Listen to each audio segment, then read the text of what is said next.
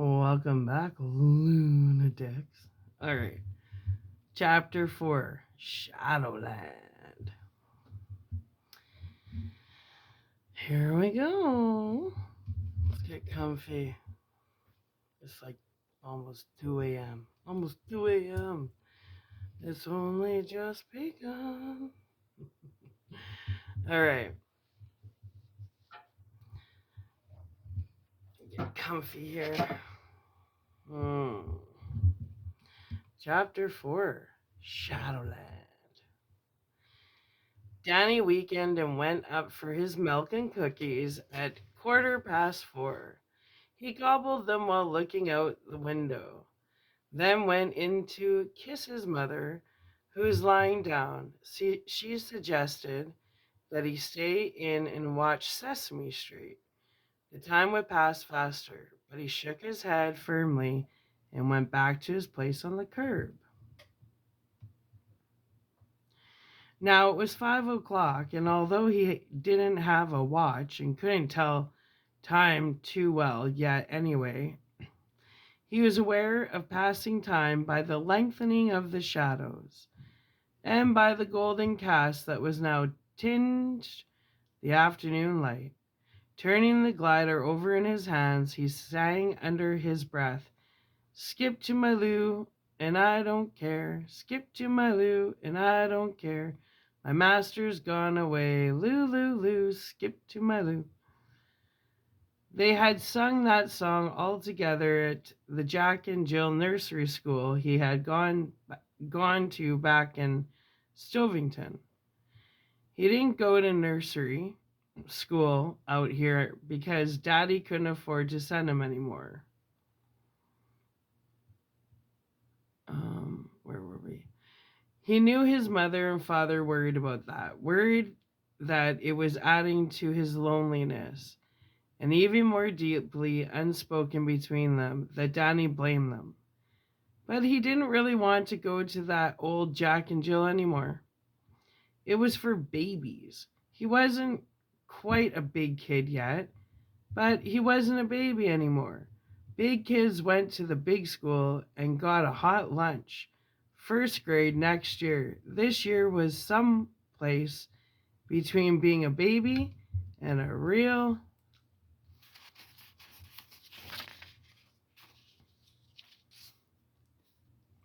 what? What the hell? Am I missing a page?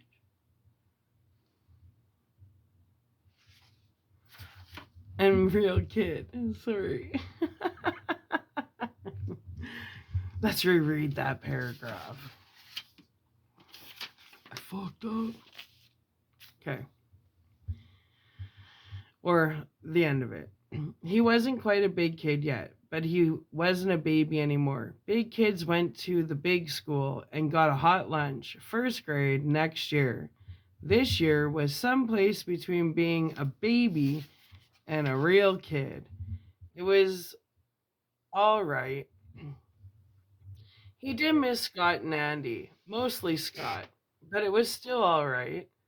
It seemed best to wait alone for whatever might happen next.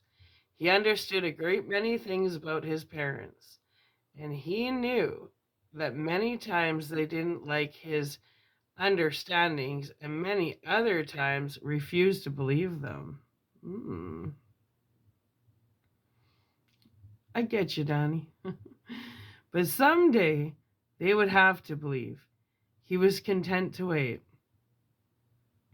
It was too bad they couldn't believe more, though, especially at times like now.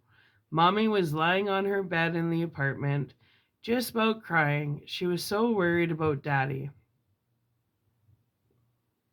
Some of the things she was worried about were too grown up for Danny to understand. Vague things that had to do with security, with Daddy's self-image, feelings of guilt and anger, and the fear of what was to become of them. But the two main things her mind, what the hell? One sec. But the two main things her mind.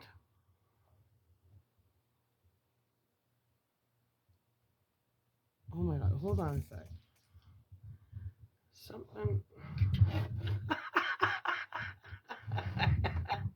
I had it backwards. Shit.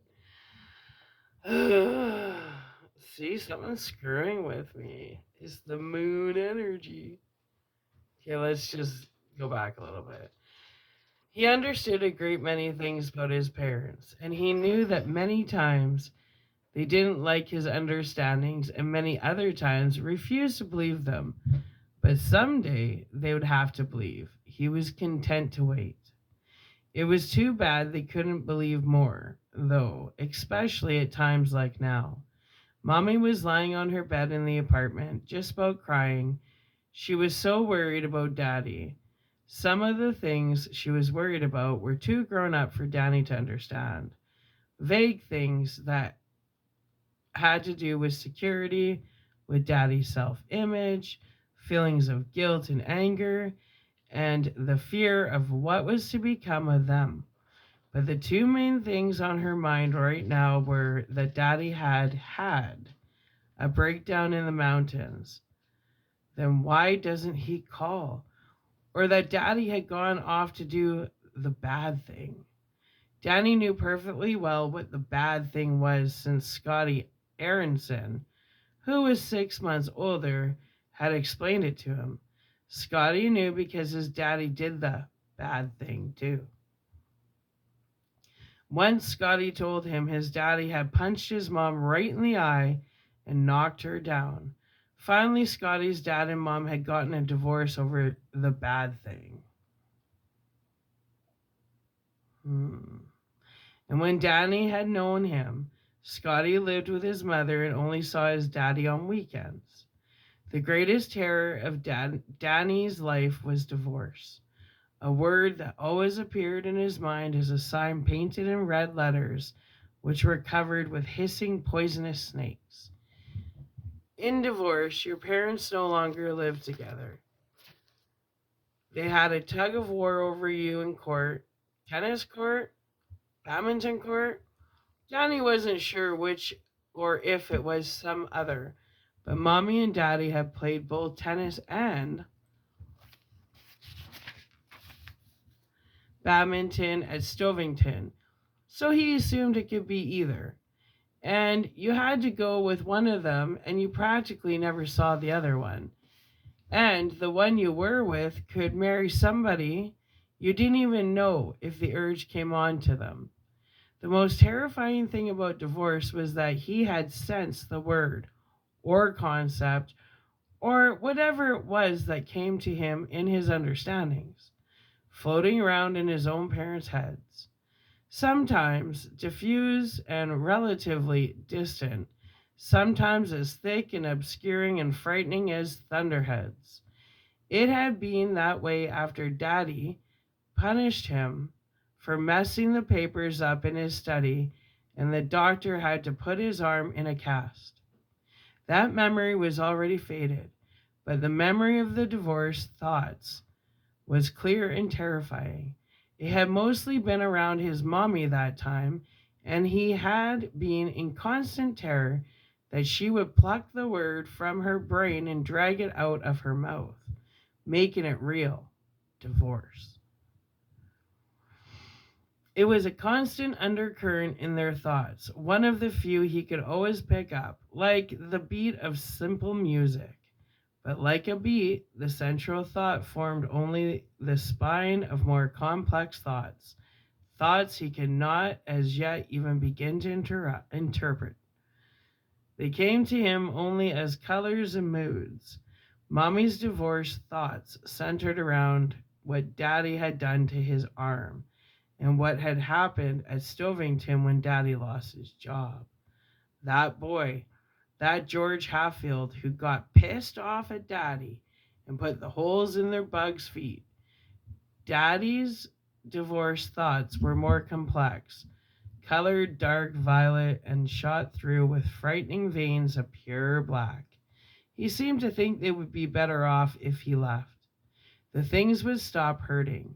His daddy hurt almost all the time, mostly about the bad thing. Danny could almost always pick that up too. Daddy's constant craving to go into a dark place and watch a color TV and eat peanuts out of a bowl and do the bad thing until his brain would be quiet and leave him alone. But this afternoon, his mother had no need to worry, and he wished he could go to her and tell her that. The bug had not broken down. Daddy was not off somewhere doing the bad thing. He was almost home now, putting along the high putt putting, I guess. It's like whatever. Putt-putting along the highway between Lyons and Boulder. For the moment, his daddy wasn't even thinking about the bad thing. He was thinking about Danny looked furtively behind him at the kitchen window. Sometimes thinking very hard made something happen to him. It made things, real things, go away. And then he saw things that weren't there.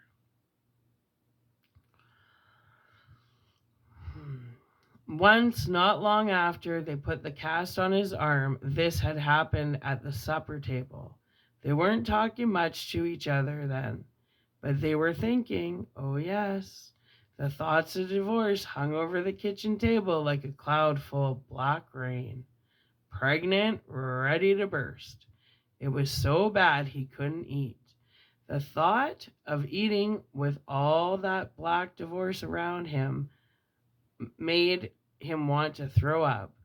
And because it had seemed desperately important, he had thrown himself fully into concentration,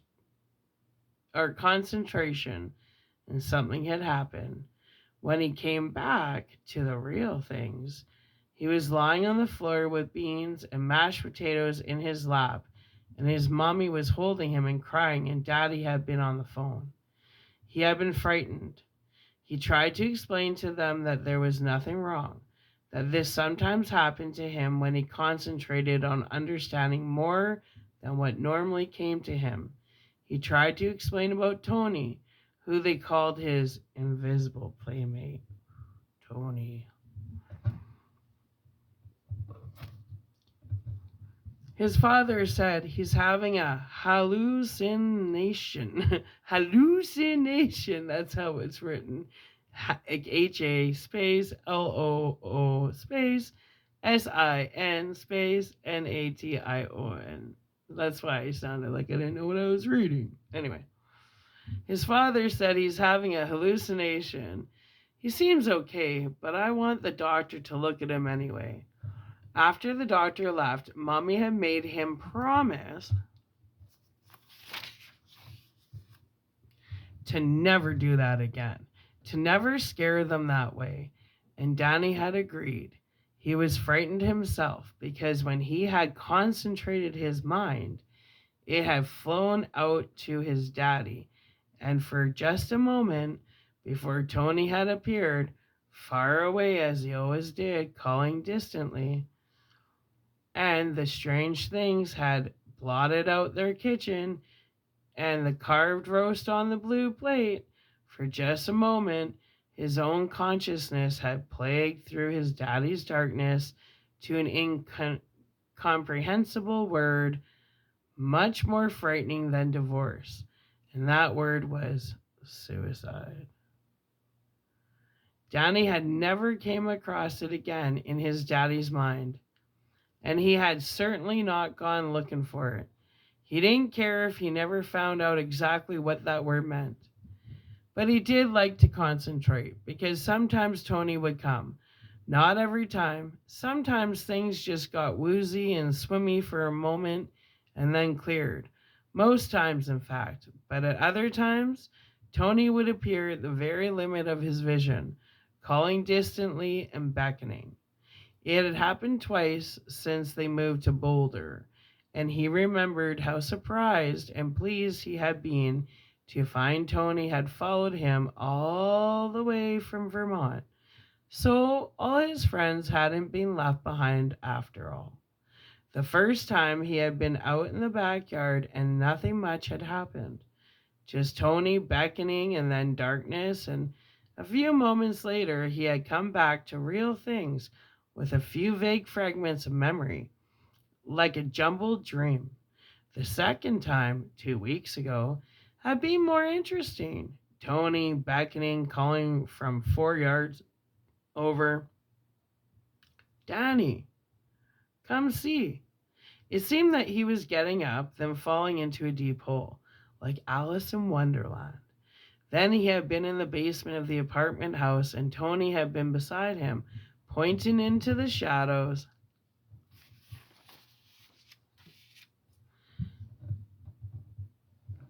At the truck his daddy carried all his important papers in. At the trunk his daddy carried all his important papers in, especially the play. The play. See? Tony had said in his distant musical voice, it's under the stairs, right under the stairs. The movers put it right under the stairs.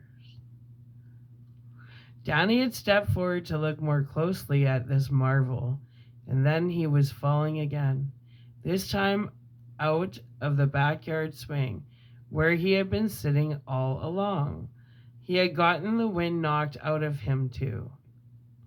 3 or 4 days later, his daddy had been stomping around telling Mommy ferociously that he had been all over the goddamn basement and the trunk wasn't there, and he was going to sue the goddamn movers who had left it somewhere between Vermont and Colorado. How was he supposed to be able to finish the play if things like this kept cropping up? Danny said, no, Daddy, it's under the stairs. The movers put it right under the stairs. Daddy had given him a strange look and had gone down to see. The trunk had been there, just where Tony had shown him. Daddy had taken him aside, had sat him on his lap, and had asked Danny who let him down the cellar. Had it been Tony from upstairs? The cellar was dangerous, Daddy said. That was why the landlord kept it locked. If someone was leaving it unlocked, Daddy wanted to know. He was glad to have his papers and his play, but it wouldn't be worth it to him, he said, if Danny fell down the stairs and broke his leg. Danny told his father earnestly that he hadn't been down in the cellar. The door was always locked, and Mommy agreed. Danny never went down in the back hall, she said, because it was damp and dark and spidery, and he didn't tell lies.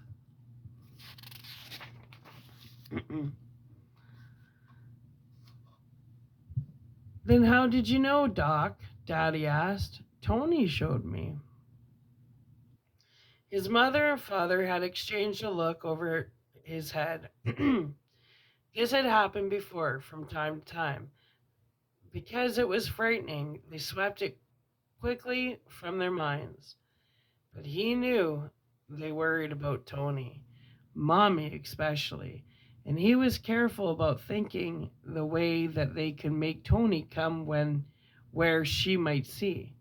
But now he thought she was lying down, not moving about in the kitchen yet, and so he concentrated hard to see if he could understand what Daddy was thinking about. His brow furrowed and his slightly grimy hands clenched into tight fists on his jeans. He did not close his eyes. That wasn't necessary. But he squinched them down to slits and imagined Daddy's voice, Jack's voice, John Daniel Torrance's voice, deep and steady, sometimes quirking up with amusement or deepening even more with anger, or just staying steady because he was thinking about, thinking. Danny sighed quietly, and his body slumped on the curb as if all the muscles had gone out of it. He was fully conscious. He saw the street and the girl and the boy walking up the sidewalk on the other side, holding hands because they were in love. So happy about the day and themselves together in the day. He saw autumn leaves blowing along the gutter, yellow cartwheels of irregular shapes. He saw the house they were passing and noticed how the roof was covered with shingles.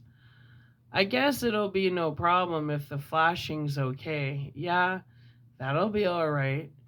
That Watson, Christ, what a character. Wish there was a place for him in the play.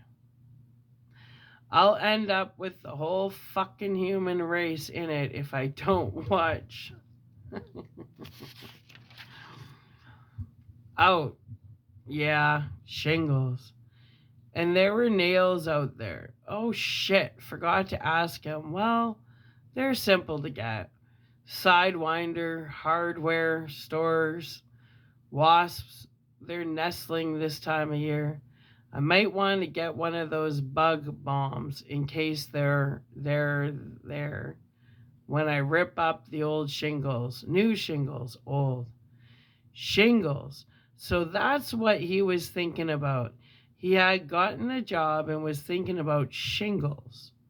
Danny didn't know who Watson was, but everything else seemed clear enough, and he might get to see a wasp's nest, just as sure as his name was. Danny? Danny? He looked up and there was Tony, far up the street, standing by a stop sign and waving. Danny, as always, felt a warm burst of pleasure at seeing his old friend. But this time he seemed to feel a prick of fear too, as if Danny had come with some darkness hidden behind his back. A jar of wasps, which when released would sting deeply. But there was no question of not going. He slumped further down on the curb, his hands sliding laxly from his thighs and dangling below the fork of his crotch. His chin sank onto his chest. Then there was a dim, painless tug as part of him got up and ran after Tony into funneling darkness. Danny? Now the darkness was shot with swirling whiteness, a coughing, whooping sound, and bending, tortured shadows that resolved themselves into fir trees at night, being pushed by a screaming gale.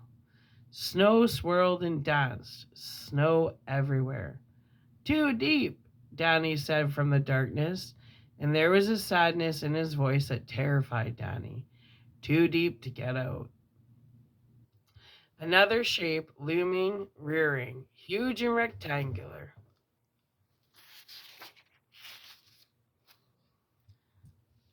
A sloping roof, whiteness that had blurred in the stormy darkness. Many windows, a long building with a shingled roof. Some of the shingles were greener, newer. His daddy put them on with nails from the Sidewinder hardware store. Now the snow was covering the shingles. It was covering everything. A green witch-light glowed into being on the front of the building, flickered, and became a giant grinning skull over two crossbones. Poison, Danny said from the floating darkness. Poison.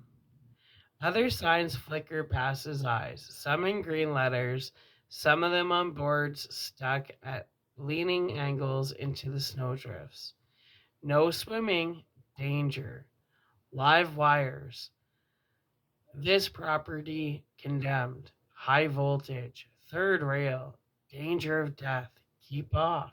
Keep out. No trespassing. Violators will be shot on sight. He understood none of them completely. He couldn't read, but got a sense of all, and a dreamy terror floated into the dark hollows of his body, like light brown spores that would die in sunlight.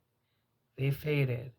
Now he was in a room filled with strange furniture, a room that was dark.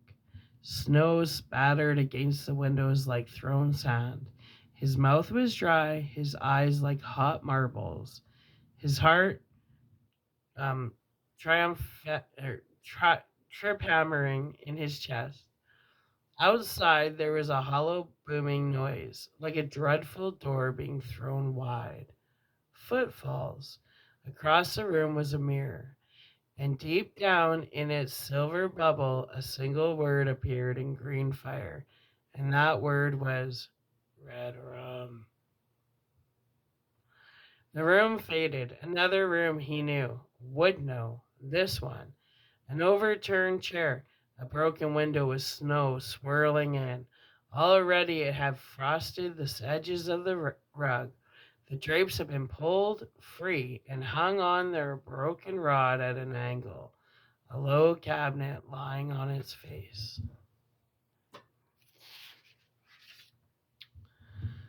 More hollow booming noises, steady, rhythmic, horrible. Smashing glass, approaching destruction, a hoarse voice, the voice of a madman, made them more terrible by its familiarity. Come out, you little shit. Take your medicine. Crash, crash, crash, splintering wood. A bellow of rage and satisfaction. Red rum coming. Drifting across the room, pictures torn off the walls. A record player. Mommy's record player?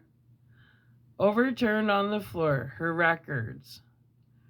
Grieg, Handel, the Beatles, Art Garfunkel, Bach, Liszt, thrown everywhere, broken into jagged black pie wedges. A shaft of light coming from another room, the bathroom. Harsh white light and a word flickering on and off in the medicine cabinet mirror like a red eye. Red rum, red rum, red rum. No, he whispered. No, Tony, please. Dangling over the white porcelain lip of the bathtub. A hand, limp, a slow trickle of blood. Red rum. Trickling down one of the fingers, the third dripping onto the tile from the carefully shaped nail. No, oh no, oh no, no, no. Oh, please, Tony, you're scaring me. Red rum, red rum, red rum. Stop it, Tony, stop it, fading. In the darkness, the booming noises grew louder, louder still, echoing everywhere all around. And now he was crouched in a dark hallway, crouched on a blue rug with a riot of twisting black shapes woven into its pile, listening to the booming noises approach. And now a shape turned the corner and began to come toward him, lurching, smelling of blood and doom. It had a mallet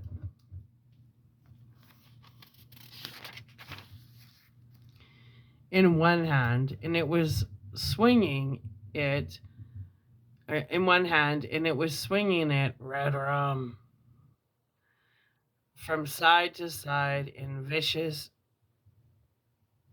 arcs, slamming it into the walls, cutting the silk wallpaper and knocking out ghostly bursts of plaster dust. Come on and take your medicine. Take it like a man. The shape advancing on him, reeking of that sweet sour odor, gigantic, the mallet head cutting across the air with a wicked hissing whisper. Then the great hollow boom as it crashed into the wall, sending the dust out into a puff you could smell, dry and itchy. Tiny red eyes glowed in the dark. The monster was upon him. It had discovered him, cowering here with a blank wall at his back, and the trap door in the ceiling was locked. Darkness, drifting. Tony, please take me back. Please, please. And he was back, sitting on the curb of Arapahoe Street, his shirt sticking damply to his back, his body bathed in sweat.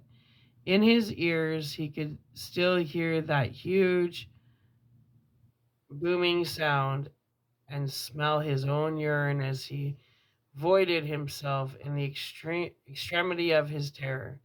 He could see that limp hand dangling over the edge of the tub, with blood running down one finger, the third, and that inexplicable word so much more horrible than any of the others. Red rum. And now sunshine, real things except for Tony. Now 6 blocks up, only a speck.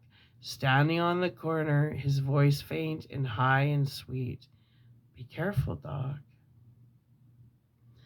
Then, in the next instant, Tony was gone and Daddy's battered red bug was turning the corner and chattering up the street, farting blue smoke behind it.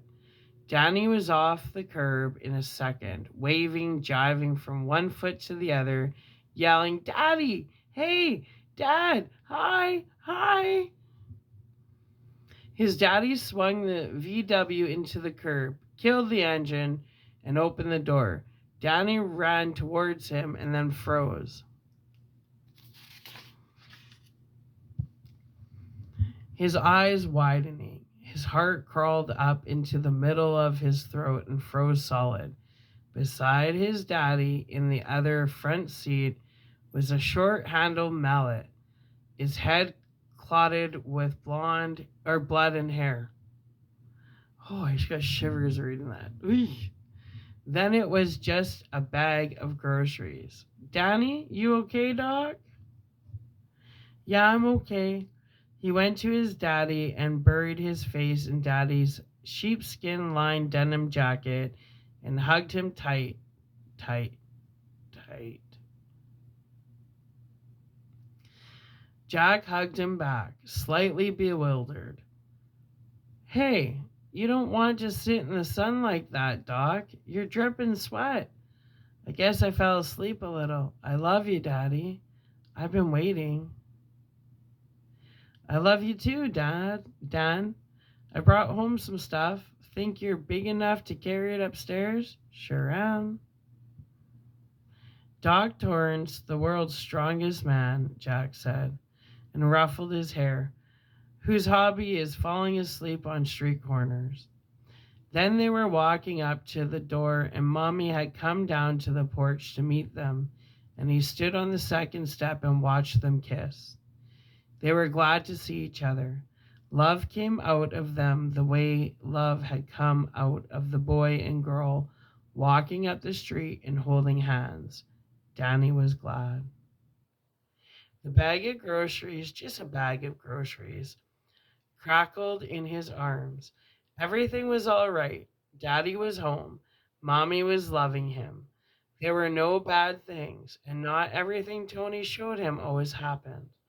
But fear had settled around his heart, deep and dreadful, around his heart and around his indecipherable word he had seen in his spirit's mirror.